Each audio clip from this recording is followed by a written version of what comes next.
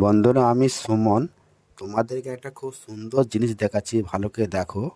আমি আজকে শিব ঠাকুরের পুজো করবো বলে বেলপাতা নিয়েছি, ভালো করে লক্ষ্য করে দেখো। একটা বোঁকাতে 7খানা বেলপাতা। আমি দেখে অবাক হয়ে গেছি। এর আগে একটা বোঁকাতে 5টা পেয়েছি, তার আগে একটা বোঁকাতে 6টা পেয়েছি, তার আগে একটা বোঁকাতে আবার 4টে পেয়েছি। আজকে আবার নিয়ে এসেছি আবার একটা বোঁকাতে 7খানা বেলপাতা। একবার ভেবে দেখো কি অবস্থা। আমার মা ছোটবেলায় বলতো যে ভগবান মনে করলে না ছাড় গাড়াতো না পদ্মফুল ফোটাতে পারে।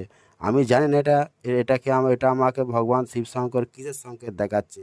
যাই হোক, আমার তরফ থেকে ভগবান শিবের চরণে শত শত কোটি প্রণাম জানাই এই সংকেতটা দেওয়ার জন্য। একটা বোকাতে 7খানা বেলপাতা আমার দেখে খুব একদম কি বলবো, অবাক হয়ে গেছে একদম। জীবনে প্রথমবারে এই জিনিসটা পেলাম। তোমরা পেয়েছো কি আমি জানি না, হ্যাঁ, কিন্তু আমি পেয়েছি। আমার দেখে তো খুব ভালো লাগলো। যাই হোক, ভগবান শিব ভালো করুক। আর আমি কি বলবো, আমার তরফ থেকে আমি মানুষ, আমার আর কিছু